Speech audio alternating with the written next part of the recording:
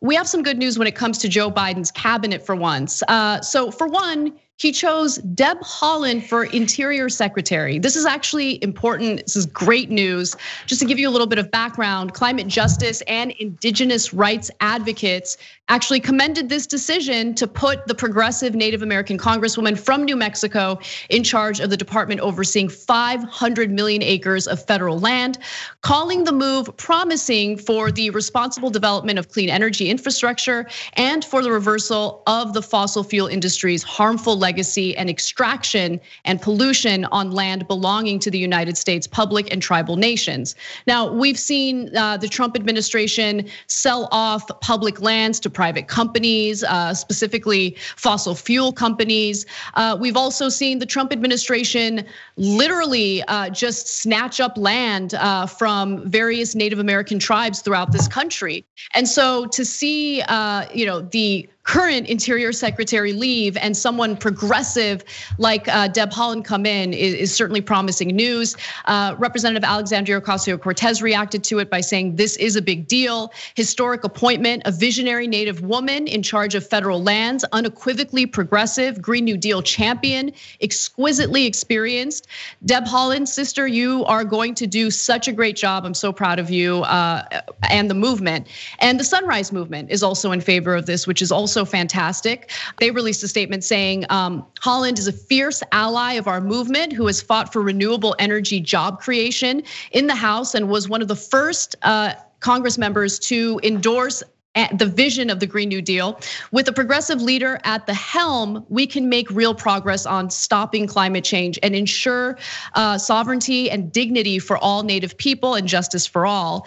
And she's also been a very strong advocate, for she's on the Natural Resources Committee for the House, and she's been a strong advocate for things like the Green New Deal and ensuring that we protect public lands.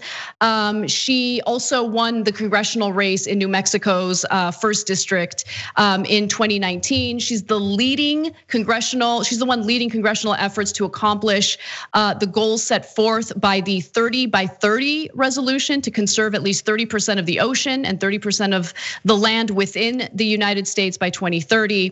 And all of this is great news. Like, this is actually a fantastic pick. As I've talked about before, I also like Javier Becerra as the pick for Secretary of Health and Human Services. So we have those two that I think we can be happy and optimistic about.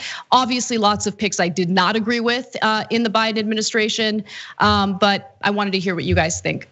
Yeah. We really can't downplay the historic nature of this pick. I mean, this is going to be the first, or would be the first Native American appointed to a cabinet. And we're talking about somebody who is overseeing public land. And this is, I mean, oftentimes people on the left will be hypercritical of diversity in Biden's cabinet, and for good reason, because really it's all just for show. There's no diversity of thought or ideology in that cabinet. But this is a pick here where not only is it historic in nature because this is the first Native American appointed to a cabinet, it's also what she stands for, what she has fought for. She stood with activists on Standing Rock, fighting against the Dakota Access Pipeline. This is somebody who is not only somebody who is just a Native American, but someone who's fought for people, fought on the right side of the issues. And I am honestly shocked that she was picked. And this was also the top pick for the climate mandate from Sunrise Movement and Justice Democrats. Deb Haaland was their top pick for this position, and she actually got it. So I'm surprised and happy. Yeah, you talk about the diversity of ideas, because it's not always just about gender or race, but it's background, it's where you come from. So things about Deb Haaland, she was a single mother. She volunteered at a kid's school. She was on food stamps as that single mother. She was, she and her daughter were still paying off college loans. This is insane. She's 60 years old. So she's lived the life of many Americans. So we talked about how Mark Warner is this multi-millionaire, $90 million, worth $90 million. You can't connect with regular people if you don't know how regular people live. She has, and like you said, she's been at these protests. The land actually means something to her, rather than just a place to hand off to some contractor so they can make more money off it and promote your political career. There's a reality behind it, and these are type folks. Once you see people who represent their constituents, because they were once just like their constituents. And then there's a way that they'll legislate throughout their career, and actually now get a position in cabinet. And this will be, we have an opportunity. I can't say for sure. We have an opportunity for a real person to do real things in a position. Yeah, I totally agree. And I think that, you guys both make such strong points about, it's not just about the appearance of diversity. It's also about diversity of opinion, diversity of thought, and also diversity of lived experience. Because one of my biggest issues is that, when you look at the tremendous amount of wealth among our congressional lawmakers, like, do we have representation of ordinary Americans in Congress? When you have people, again, worth $90 million.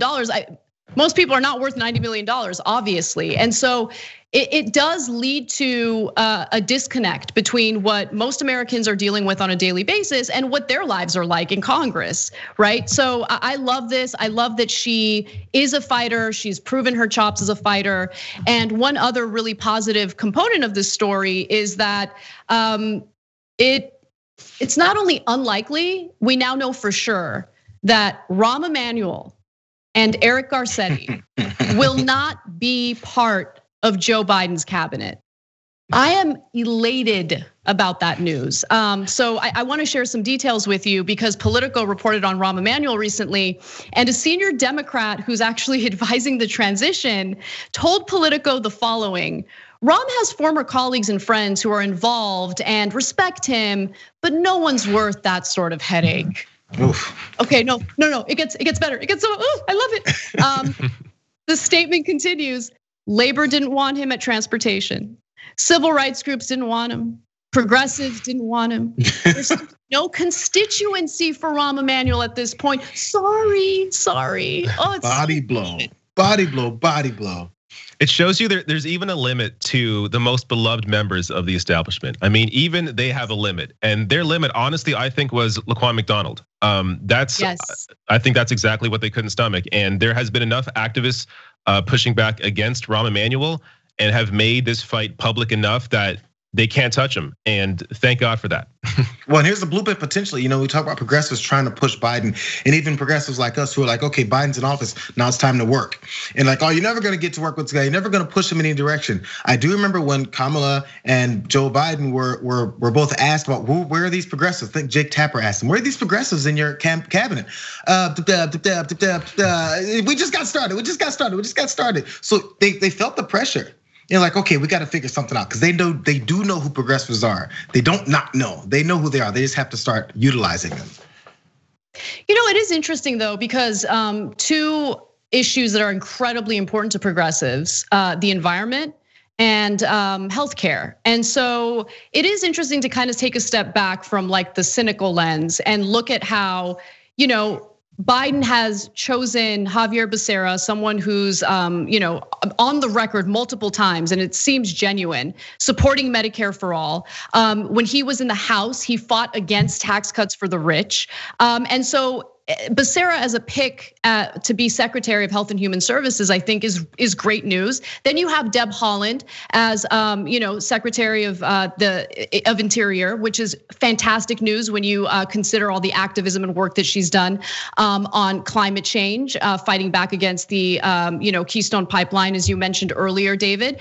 And then yeah, there are some pretty awful people within the cabinet. I don't like the picks when it comes to the Defense Department at all. They're pretty terrible.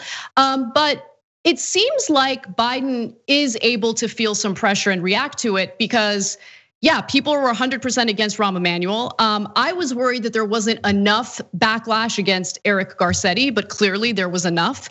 And Eric Garcetti is dealing with a number of headaches, a number of scandals. Los Angeles is a complete and utter disaster right now with its homelessness.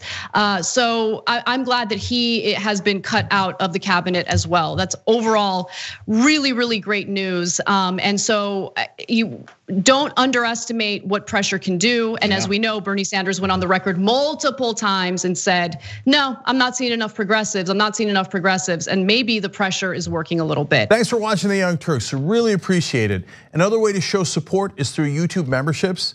You'll get to interact with us more. There's live chat emojis, badges. You've got emojis of me, Anna, John, Jayar. So those are super fun. But you also get playback of our exclusive member-only shows and specials right after they air. So all of that, all you gotta do is click that join button right underneath the video. Thank you.